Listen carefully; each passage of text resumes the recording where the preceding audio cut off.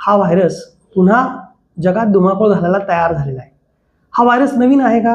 तर तसा तो नवीन नाही. आपल्याला तर नवीन आहे कारण तो एका प्रमाणात बाहेर पडलेला आहे. ठीक आहे, हा जुनाच व्हायरस आहे.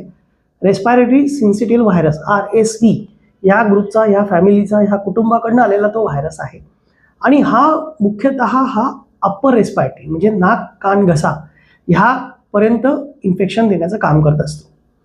आता प्रत्येकाची जागा ठरलेली आहे, कुठलं इन्फेक्शन कुठपर्यंत राहावं त्याची सीमित दिलेली आहे. पण तो जेव्हा क्षेत्राच्या बाहेर जातो, म्हणजे तो घशापासून खाली फुफ्फुसापर्यंत जायला लागला तर फुफ्फुस संसर्ग होईल, ज्याला आपण न्यूमोनिया असं म्हणतो, किंवा काही वेळेला ब्रॉन्कायटिस अशा प्रकारे प्रेझेंटेशन होतं. आणि ह्याच्यामध्ये आपल्याला काय गरजेचं असतं, तर सगळ्यात पहिली आवश्यकता ही आपल्याला प्रिव्हेन्शन, म्हणजे हे होऊ नये याच्यासाठी काळजी घ्यायची. दुर्दैवानं कोविडनं आपल्याला खूप पिडलं, पण त्याच्यातनं आपण समाज म्हणून